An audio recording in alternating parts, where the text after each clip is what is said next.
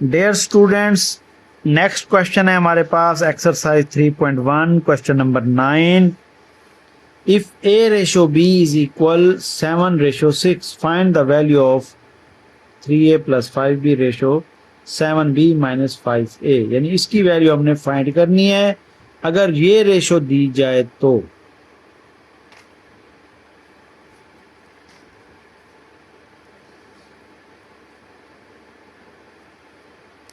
Dear students, आप question देखने के बाद लाजमी इसको रिवाइज किया करें ताकि ज़्यादा से ज़्यादा आपकी प्रैक्टिस हो।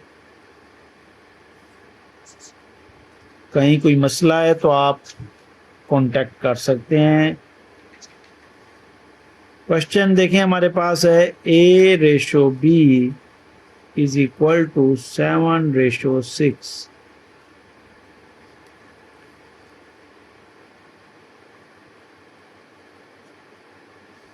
और वो कहते हैं जी find the value of this 3a plus 5b ratio 7b minus 5a।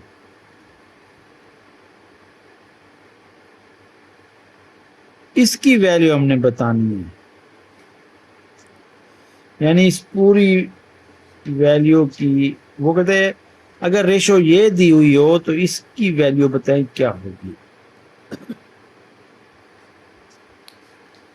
Dear students, यहां पर हमारे पास अगर हम a रेशो b को a over b is equal to 7/6 लिख सकते हैं।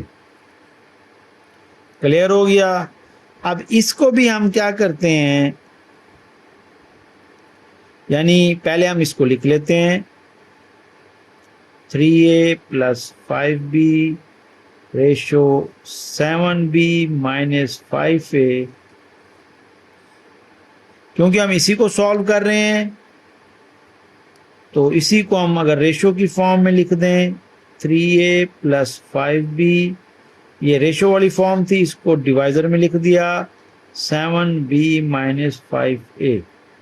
क्लियर हो गया।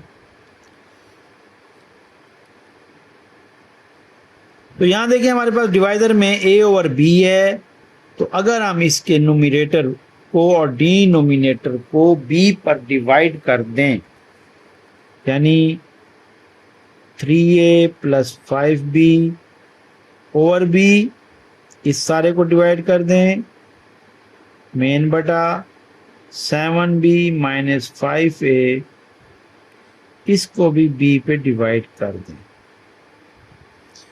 क्योंकि हमारे पास था a ओवर b, डिवाइजर में b है, इसलिए मैंने ऊपर वाली को भी नीचे वाली को भी b पर डिवाइड कर दिया है। तो नेक्स्ट मेरे पास आ जाएगा, अगर इनके डिनोमिनेटर को अलग अलग कर दें 3, ये बन जाएगा a ओवर b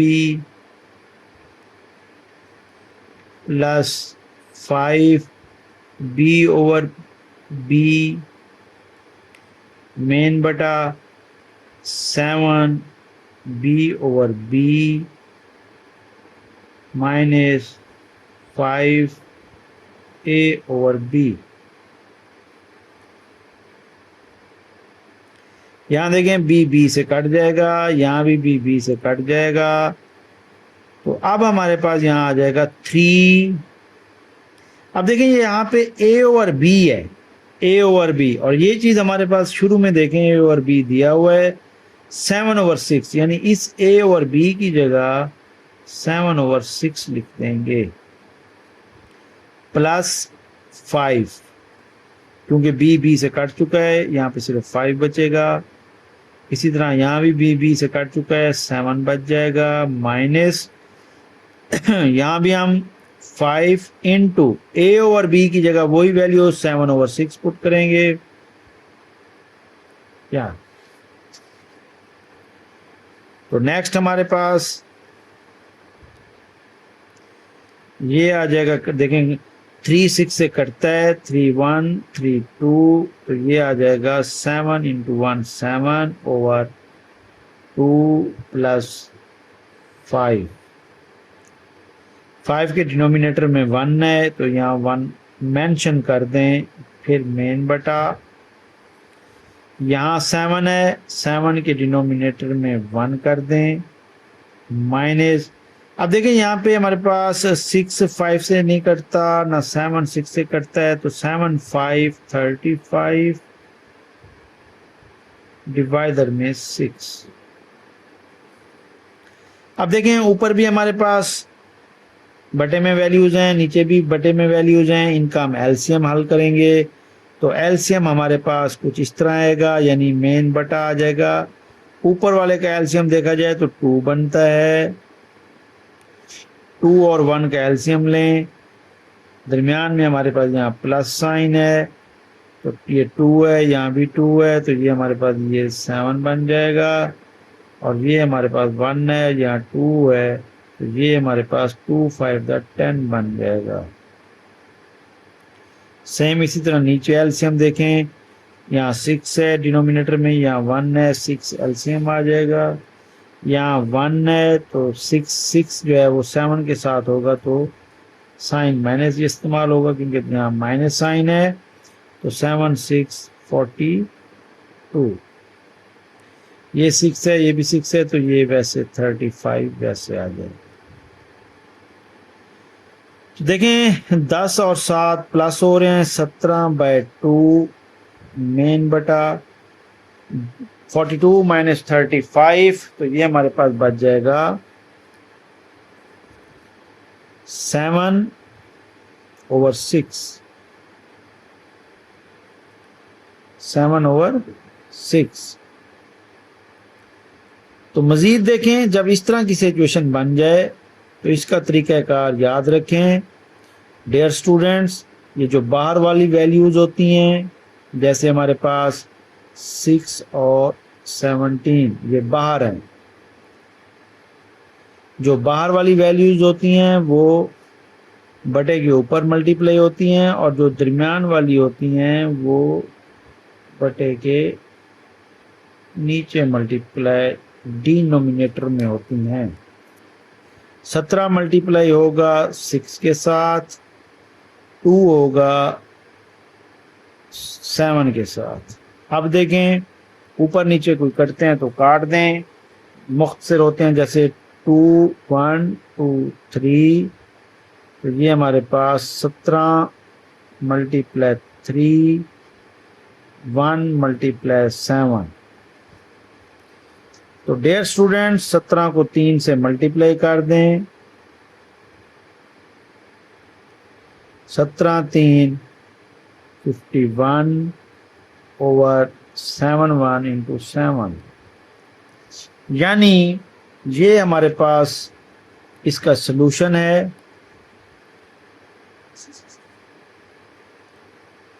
(51/7),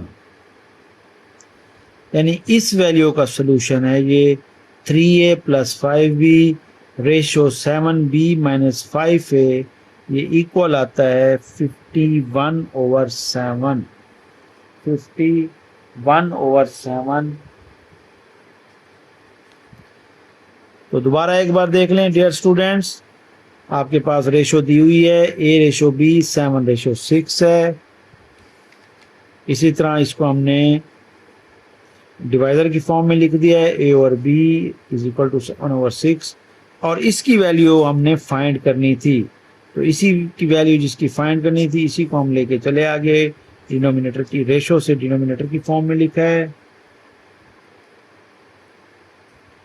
तो अब आप जब डिनोमिनेटर की फॉर्म में लिखेंगे तो ये हमारे पास आपके पास नोमिनेटर और डिनोमिनेटर को बारी बारी, क्योंकि हमारे पास डिनोमिनेटर में यहाँ b आ रहा था a और b, तो हमने b पे पूरी को ऊपर और नीचे डिवाइड कर दिया है। ऊपर और नीचे डिवाइड करने के बाद आपने जहाँ b से कट चुका है वो काट दें, बाकी a और b की जगह ये वाली वैल्यू सब्स्टिट्यूट करनी है। ये वैल्यू सब्स्टिट्यूट करने के बाद आपने मैथमेटिकल स्टेप्स हैं, कुछ मल्टीप्लिकेशन के अमल से कट जाती हैं वैल्यूज़, और बाकी एलसीएम के थ्रू सॉल्व होती हैं, उनको आपने सिंप्लीफाई करना है। सॉल्व करने के बाद आप फाइनल सोल्यूशन पे आके पहुँचे 51/7। तो अब आप इसको चाहें तो इसका आंसर इस तरह भी लिख सकते हैं 51:7, क्योंकि ये भी इस तरह रेशो की फॉर्म में है तो आप इसको रेशो की फॉर्म में भी लिख सकते हैं। उम्मीद है क्वेश्चन आपको समझ आ चुका होगा। मजीद हम क्वेश्चन नंबर 10 की तरफ बढ़ते हैं।